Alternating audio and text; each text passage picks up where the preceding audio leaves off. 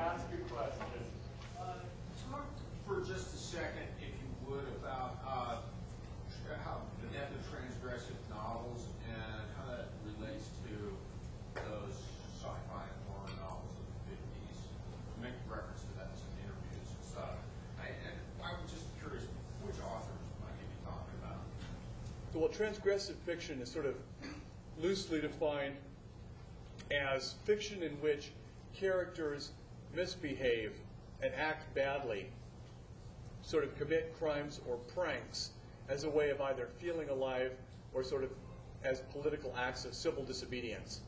And in a way, they started with a Monkey Wrench Gang, that sort of eco-terrorist book about, monkeying with bulldozers to stop logging, things like that.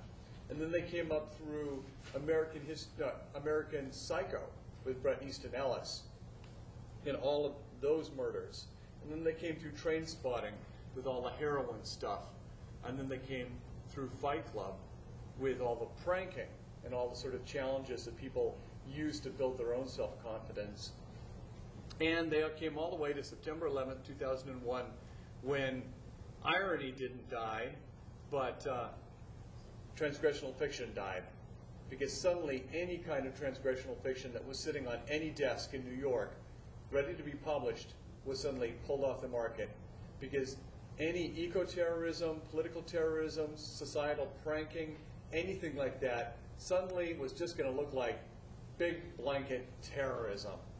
And publishing knew that it was not going to be received with any sort of sense of humor or enlightened social blah, blah, blah. So all those books were canceled.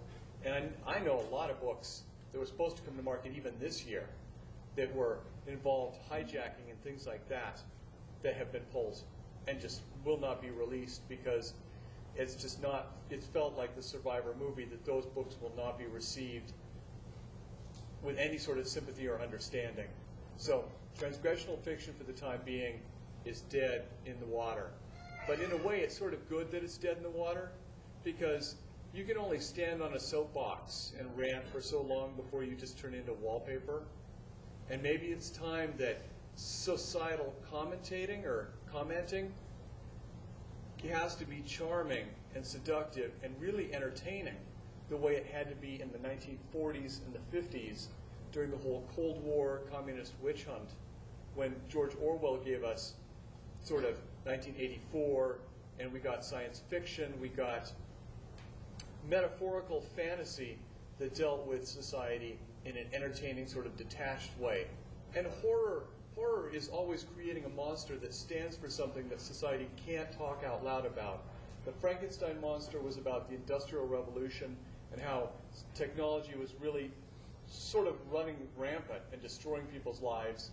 And the vampire in Victorian England was really about venereal disease. It was also been argued that it was about anti-Semitism because they were afraid that the Jews from Eastern Europe with their big noses and big ears and pale skin were coming west, and the Jews were going to migrate and destroy Europe by sucking the blood out of it. So in a way, the vampire became the symbol for venereal disease, for Jews, for anything that society couldn't, sort of fret about out loud. And that's why they resonated so well. So horror has always been one of these sort of genres for talking about what we can't talk about. What was the Mummy about? I have no idea. It was about a dead guy. I don't know. Maybe the Mummy was about... The Mummy was always sort of a lame thing to me, It was really slow. I'm like, you could just run away from it. You could set it on fire, The Mummy was like the lamest thing, so I have no idea. The Mummy just... I think people were maybe secretly laughing at the Mummy. Okay, but we'll have the floor. I'll ask an actual Fight Club related question. I thought of this on the way over from the other building to this building. I was always saying, you are not your car, you're not your bag, you're not this, you're not that. Why didn't he ever say, you are not what you eat? Because you are what you eat is such a common thing in our society. It's like said to all children, so they have to eat healthy foods. Why did Tyler ever say you're not what you eat? That too cliche, or not ironic enough, or what's the, did you not think at the time?